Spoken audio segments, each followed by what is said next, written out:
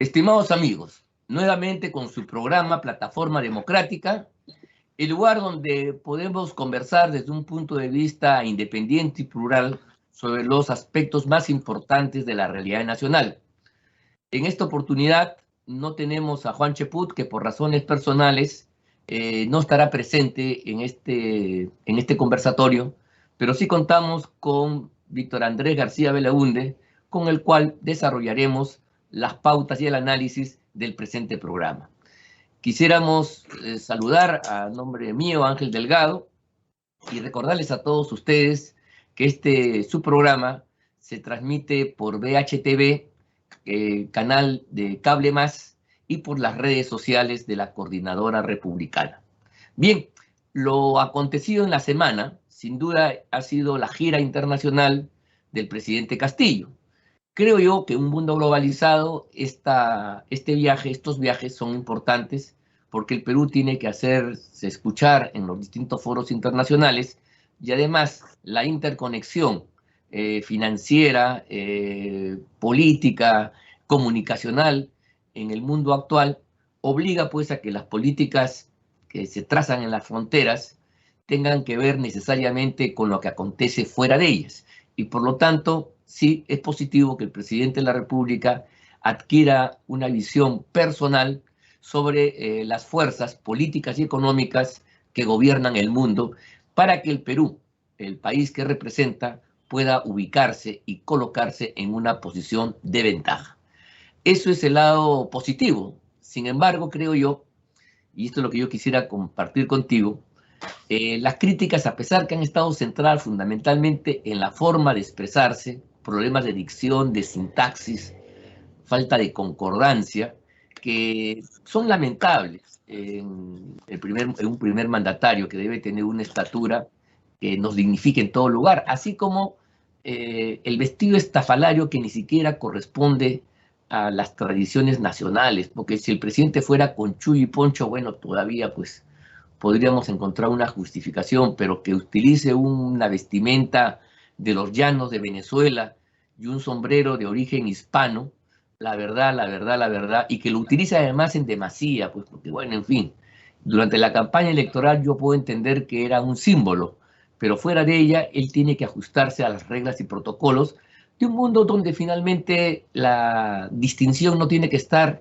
hecha por las formas ni la vestimenta, sino por lo que se dice y las cosas que se afirma y ejecuta como gobernante.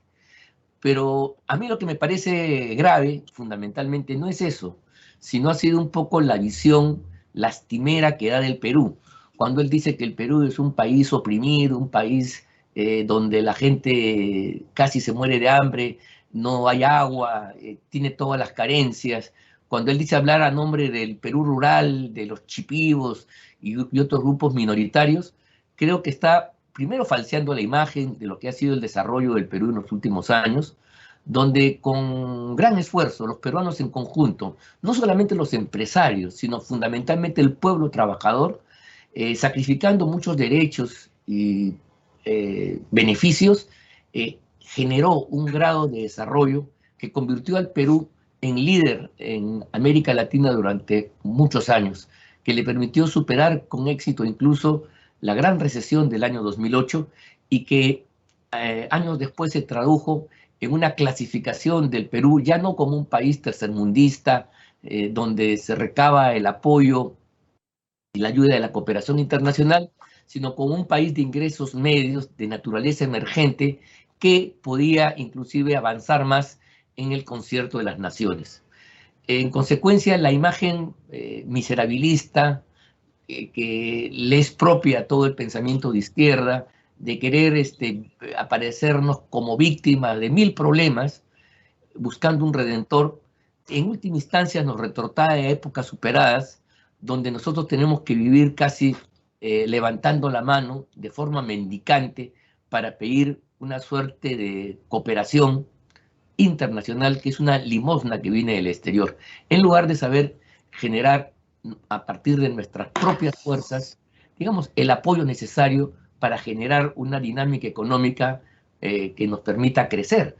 Inclusive cuando uno sale al extranjero, le ofrece pues a los capitales internacionales, a los gobiernos, las oportunidades que el Perú les ofrece para hacer negocios en pie de igualdad y generar desarrollo, aumentando la producción y sobre todo buscando nuevos puestos de trabajo, fuentes de trabajo.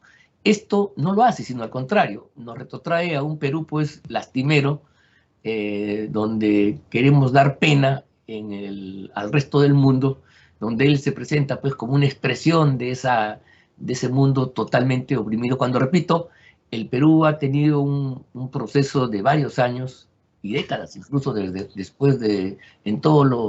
desde comenzó el nuevo milenio, el nuevo siglo, un emprendimiento que, repito, nos ha causado orgullo porque hemos superado dificultades, hemos crecido y nos convertimos conjuntamente con Chile en países líderes de la región en crecimiento. Que por supuesto al lado de eso haya dificultades, vacíos, temas por cumplir y desarrollar, es verdad, pero no podemos negar el hecho primigenio de este crecimiento que se ha basado fundamentalmente en el sacrificio, la fuerza de todo el pueblo, y por eso yo quiero reconocer en eso como una gran victoria nacional, como una gran victoria de todos nosotros que durante muchos años nos sacrificamos para que el Perú pueda salir de los niveles de extrema pobreza y pobreza generalizada en que estamos, haber reducido drásticamente la misma y poder, repito, avanzar hacia una posición de un país de ingresos medios que todavía tiene mucho trecho que recorrer,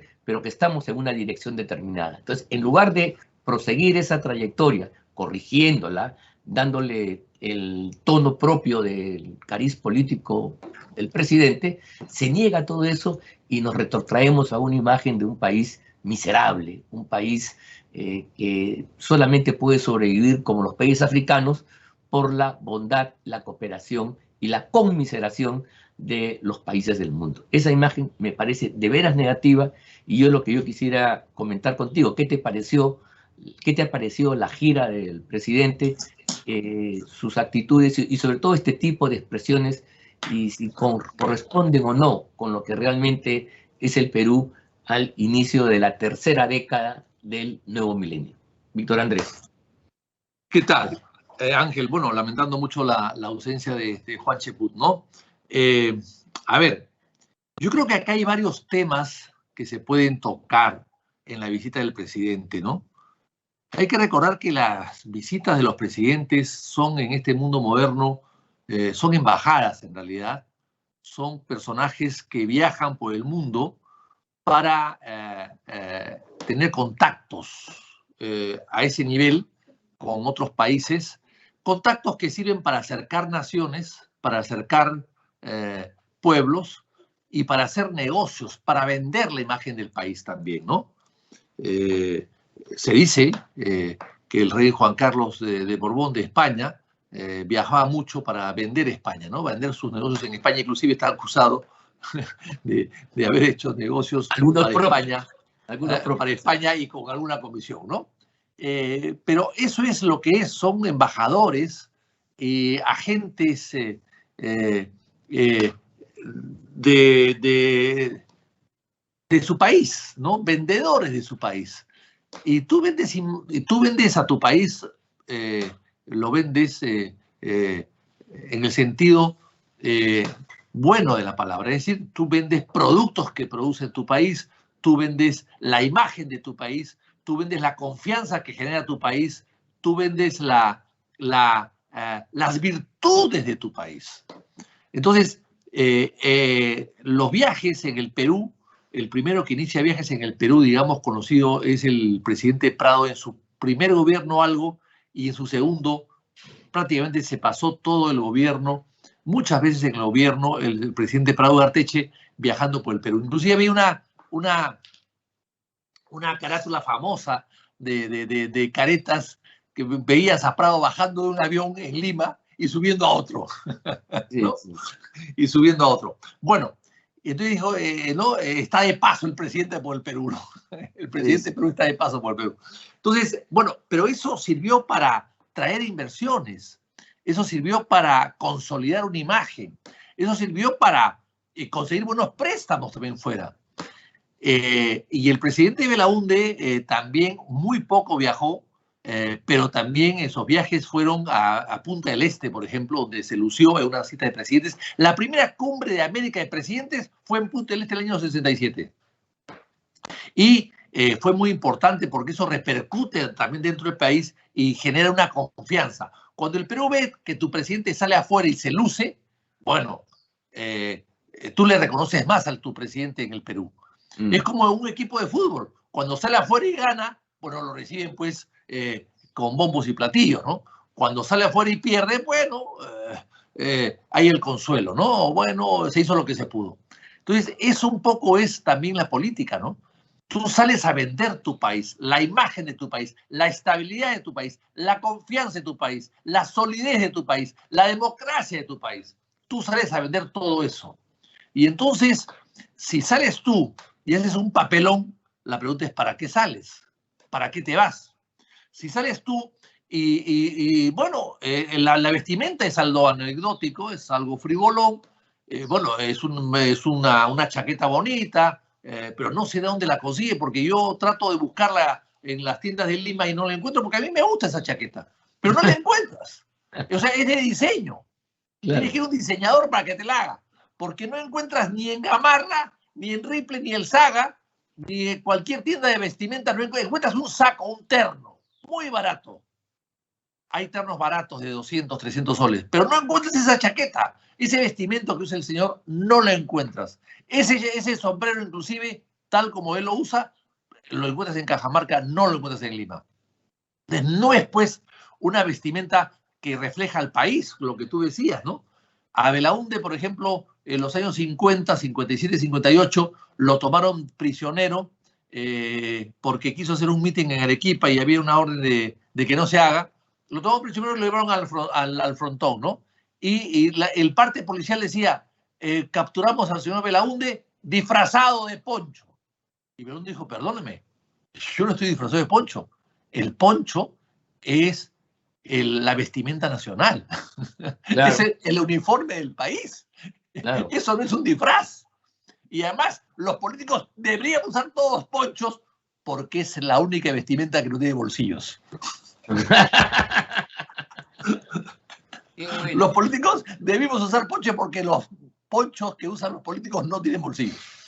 Entonces, yo entiendo lo que tú decías, que vaya con poncho, que vaya con chullo, con hojotas, esas son vestimentas nacionales. Lo que él tiene es una vestimenta de diseño, hecha por una diseñadora famosa, además, que cobra mucho por esos diseños.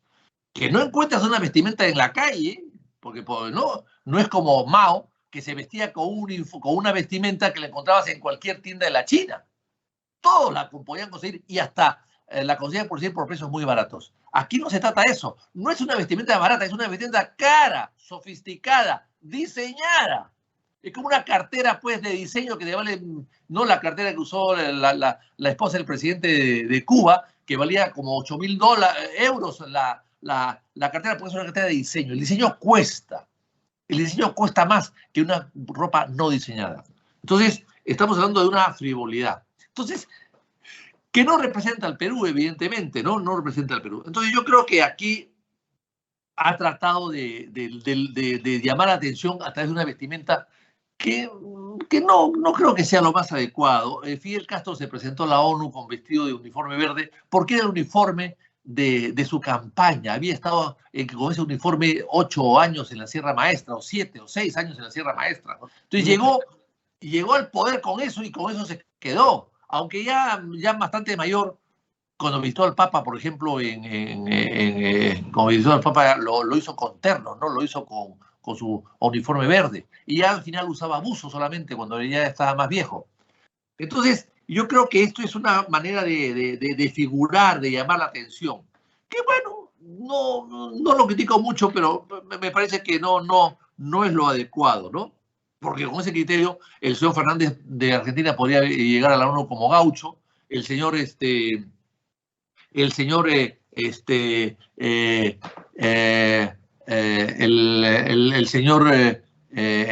López Obrador podría llegar vestido de charro, ¿por qué no? Entonces, podríamos hacer muchas cosas así. El señor Piñera podría llegar de roto, el señor Bolsonaro podría llegar pues de indio del Amazonas también, ¿no? Entonces, yo creo que eso no creo que sea lo más conveniente. Pero en fin, no me parece que sea lo más criticable. Lo más criticable es que quiera improvisar sin saber lo que tiene que decir. Lo más criticable es que no quiera leer un discurso que se lo preparan gente que sabe. En la Cancillería la gente sabe su oficio y que quiere improvisar. Lo que no puedo aceptar es que el presidente vaya a hablar mal del Perú, que hay pobreza, que hay miseria, que falta agua, que yo he hecho mis necesidades abriendo un hueco en la tierra, o sea, porque no hay baño, no hay agua, o sea, ese tipo de cosas, la verdad, las conocemos. Y si tú entras al internet, ellos también la pueden conocer. Pero ¿para qué divulgarla? Tú divulgas, el Perú ha crecido, el cuarto país del mundo en crecimiento del 2000 al 2020, al 2018 o 19. El cuarto país, después de China, de la India y de Singapur, el Perú era el cuarto país en el mundo en crecimiento durante casi 20 años. Bueno, eso hay que difundirlo. Queremos seguir en esa línea. Esa es nuestra línea. Ahí queremos profundizar esto. El crecimiento se ha detenido por la pandemia. Si quieres, no digas por la crisis que la ha causado, en fin. Pero queremos volver a eso. Y ustedes están ahí para invertir y ayudarnos a invertir y para que pueda ganar el Perú y ganar ustedes también. De eso se trata, vender el país con su mejor imagen, con sus mejores cualidades. Me parece que es importante. Ahora, ¿qué pasa con el presidente? Bueno, ha tenido, pues, no lo ha sido Biden, creo que es un error, no se ha hecho gestiones, no han querido adaptarse o esperar ser recibido por Biden, me parece que era importante. Creo que ha dado un mensaje interesante en la ONU, para la ONU más que para la ONU, para el Perú, porque la gente va a hablar a la ONU pensando en su país, cuando muy pocos son los que hablan en la ONU pensando en el mundo. Quizás Biden, quizás Putin, quizás el presidente chino, pero nuestros países que son más pequeños y que pesan menos en el contexto internacional van a hablar a la ONU para su país también, para que los escuchen otros, sean testigos otros de la buena voluntad que tú tienes con tu país. Yo creo que eso es lo que se está haciendo. Ahora bien, yo creo que el viaje es importante, interesante, pero claro, si va a hacer papelones, el Congreso no debería aprobar los viajes. Yo creo que el Congreso debería o aprobarlos con una agenda específica, porque los presidentes de la República no pueden viajar en secreto, ¿no? O sencillamente no aprobarlos. Y respecto a la vestimenta, bueno, hay que recordarle que el señor García, cuando viajó a España oficialmente, creo que ha sido el primer presidente que viajó a España oficialmente desde la independencia, el protocolo español hablaba de frac. García no quiso ponerse frac. Y entonces, ¿qué se hizo en España? Porque García dijo, yo frac no. Se alojó en el Palacio del Pardo, que es el palacio residencia de Franco durante 40 años y que ahora es residencia oficial de las visitas de los huéspedes ilustres. Pero entonces, cuando García dijo, no me pongo frac, se rebajó la visita. No era visita, pues, de Estado, sino una visita de carácter oficial. Hay varias categorías. Entonces, le bajaron de categoría. Perfecto, el presidente García no va de frac, el presidente García no quiere ponerse frac, el rey tampoco lo hará, el presidente del gobierno tampoco lo hará, etcétera. Perfecto. Entonces, la visita la bajaron. Y una visita que la bajan es una visita que tiene otro significado. Bueno, García prefirió bajar la calidad de la visita al frac. Y en el caso de Humala pasó lo mismo. También no quiso ponerse frac, se puso el que sí se puso frac fue Vizcarra. pero los otros no se pusieron frac y la visita tuvo otra connotación. Hay protocolos en el mundo, sobre todo en el mundo europeo, donde hay tanto boato, tanta exquisitez, tanta exigencia, porque, en fin, es una tradición que viene de allí, ¿no? Ahora, yo que conozco bien al señor, no bien, perdón, pero que conozco algo al señor Castillo, que lo he visto varias veces en reuniones de Perú Posible y que lo he visto en las huelgas, por supuesto, eh, es un señor que nunca usó sombrero, nunca usó lo que está usando ahora. Sí, pues. Es una cosa que es de última hora. Y además en Cajamarca, que es una región del Perú muy tradicional, la gente se viste con terno cuando van los matrimonios. Inclusive yo he estado varias veces en Chota o en Celendín o en Cajabamba y hay mucha gente que usa terno cuando va inclusive a una reunión o a misa o a algún matrimonio. Están con terno. Yo recuerdo al señor Flores, Alberto Flores de Cajabamba, siempre parado en la puerta de su casa en la Plaza de Armas de Cajabamba vestido con terno. O sea, hay mucha formalidad en los Andes del Perú, sobre todo en Cajamarca hay mucha formalidad. Entonces, estoy seguro que los matrimonios que puede haber asistido el señor Castillo en el pasado ha ido con su terno. No creo que haya ido como estaba vestido ahora. Entonces, yo creo que hay que guardar coherencia consigo mismo en sus conductas personales, ¿no? No puedes cambiar a última hora porque estás aquí o estás allá, ¿no? Esa es un poco la impresión. Y finalmente, para terminar, creo que las visitas son importantes. En este caso, no ha hablado de Asamblea Constituyente en sus visitas a Estados Unidos y a México, lo cual puede ser interesante y positivo, pero no ha dado un mensaje claro de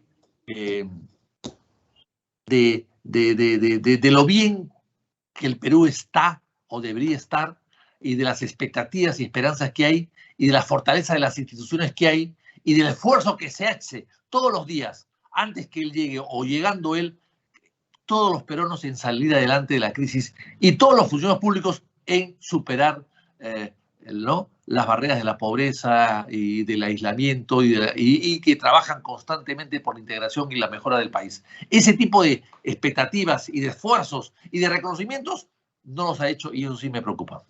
Sí, pues tienes razón.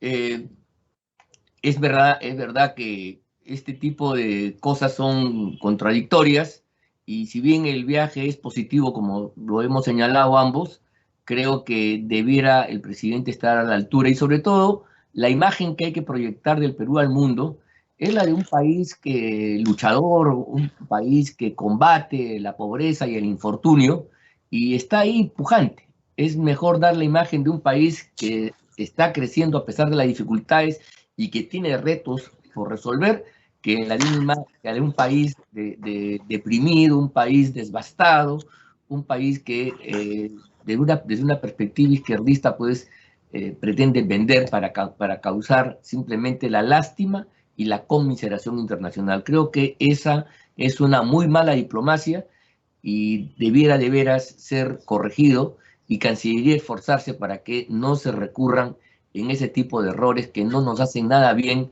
al legítimo orgullo nacional que tenemos que tener por nuestro país y por nuestras tradiciones.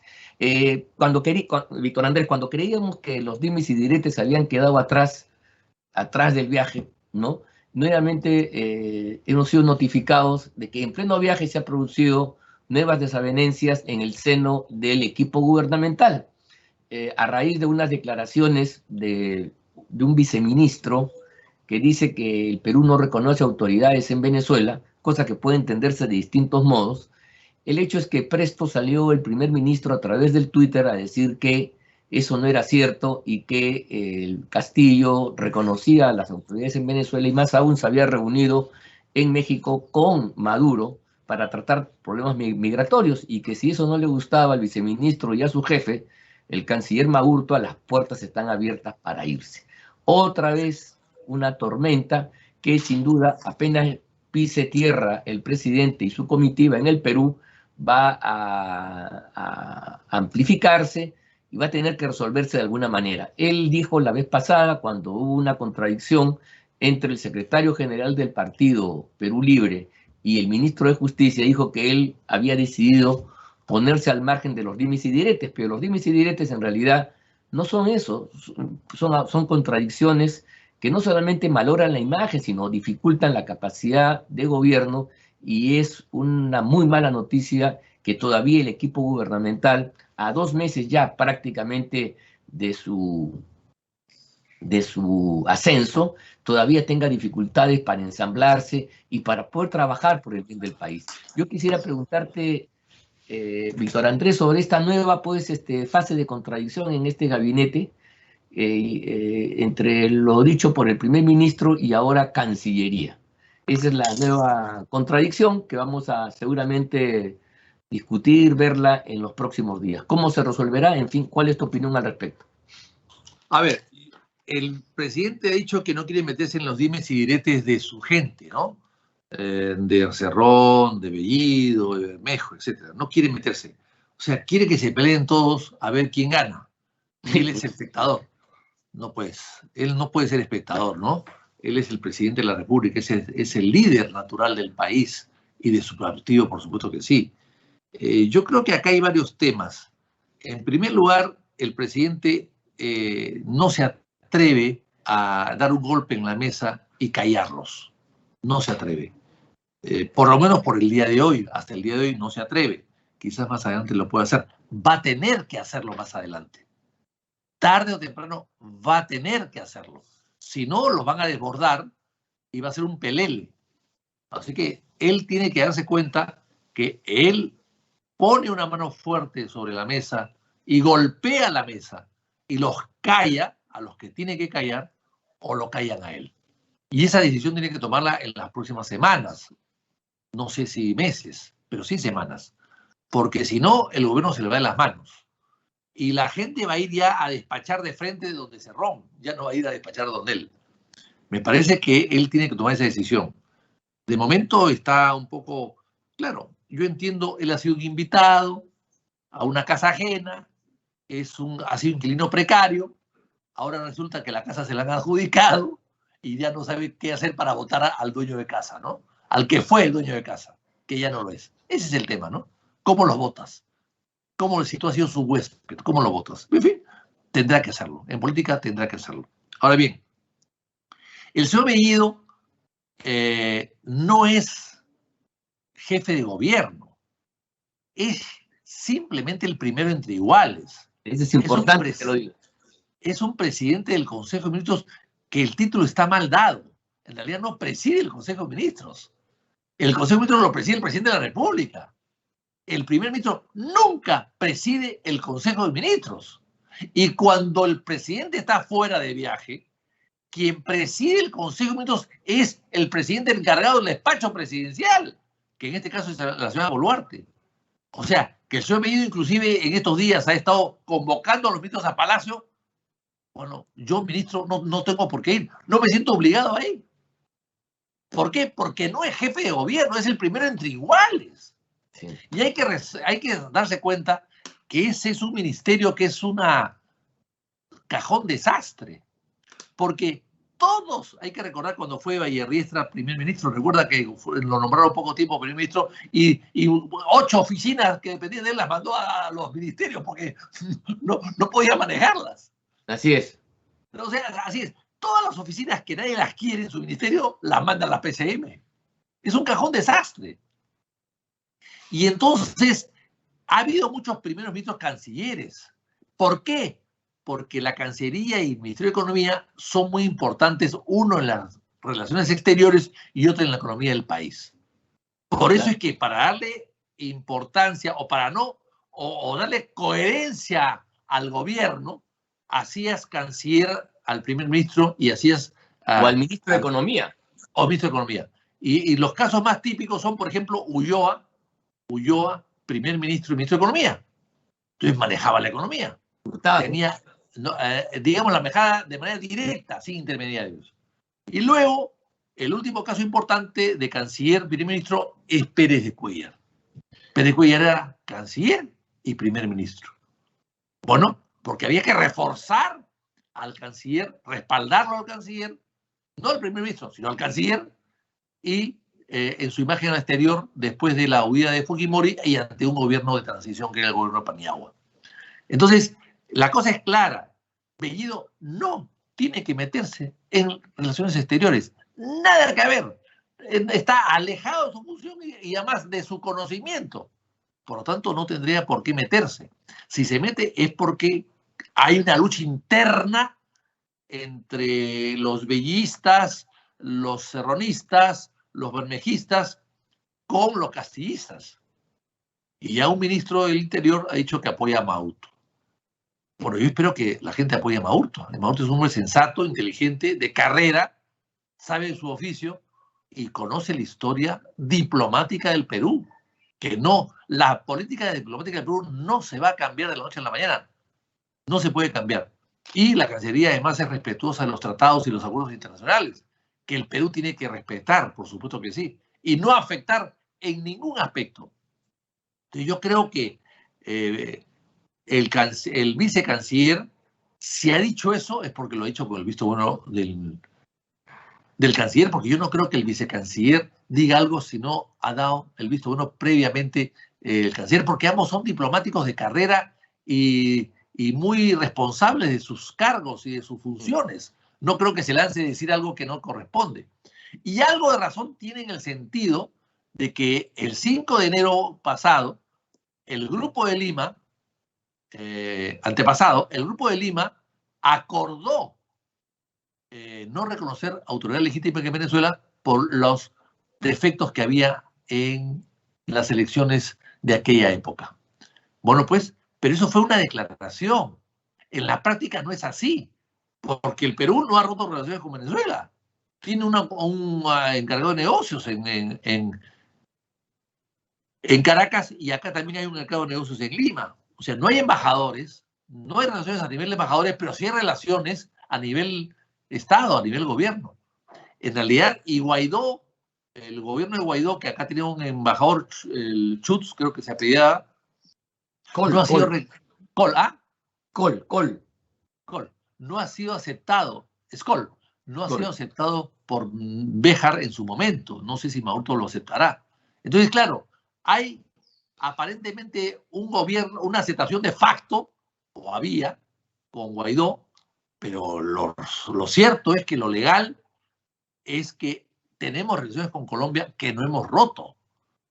Y por lo tanto, al no romper y al tener un agregado allá, tenemos reconocimiento de ese gobierno. En eso estamos de acuerdo.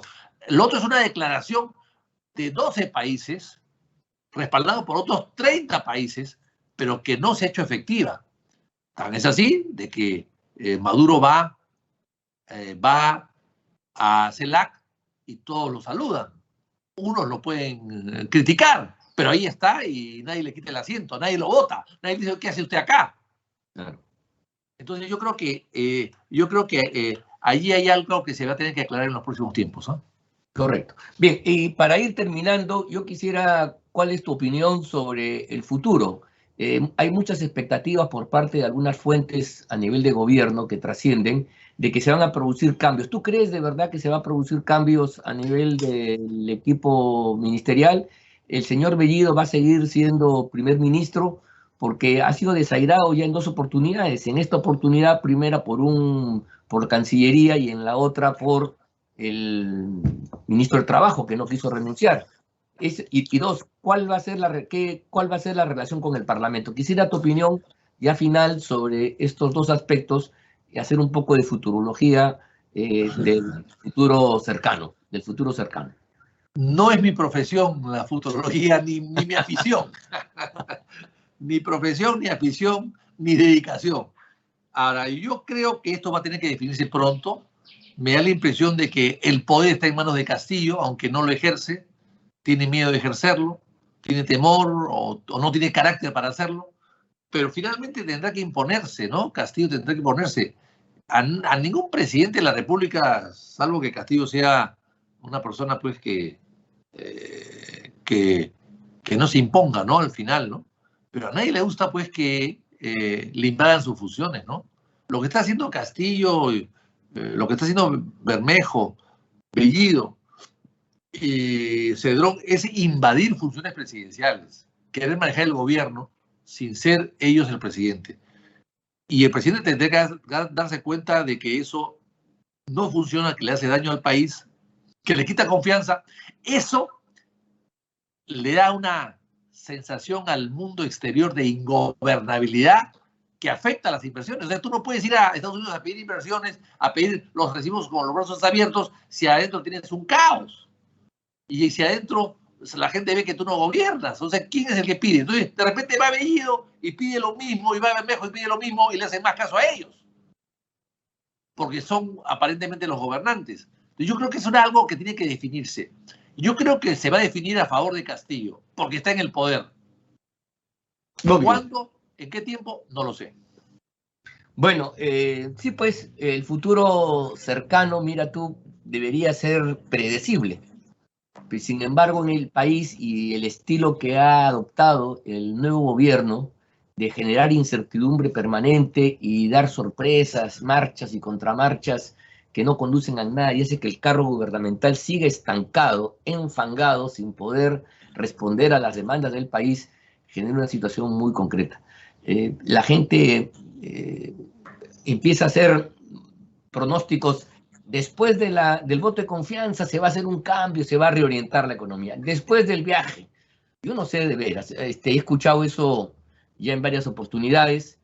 Debiera ser así por el bien del país, porque la verdad es que tal como están las cosas, donde el equipo no da fuego todavía y no hay respuesta a lo que el Perú profundo, el Perú que dice Castillo representar, no lo hace, entiendo yo que estamos ante una situación sumamente difícil. En fin, vamos a ver qué sucede. Yo te saludo a Víctor Andrés por los comentarios vertidos que nos ha ilustrado sobre un momento en la vida política del país. Seguimos insertos dentro de una crisis muy profunda y la verdad es que todavía no se vislumbra una suerte de luz al final del túnel. Esto es muy grave porque en medio de la incertidumbre los factores incontrolables de la economía, de la desconfianza, siguen creciendo y genera zozobra en la gobernabilidad y dispara los precios, afectando especialmente a los más pobres, paradójicamente a aquellos a los que el señor Castillo dice querer representar. Bueno, pues veremos qué sucede. Ha sido un buen programa. Saludos y felicitaciones. Esperemos la próxima semana estar con Juan Cheput para hacer los comentarios habituales. Y yo quisiera despedirme de todos ustedes, amigos, esperando que estas ideas vertidas sirvan para que ustedes vayan formando una opinión al respecto y los espero la próxima para seguir analizando en esta plataforma democrática que nos permite pues decir y opinar sobre el acontecer nacional. Muchas gracias y hasta la próxima semana.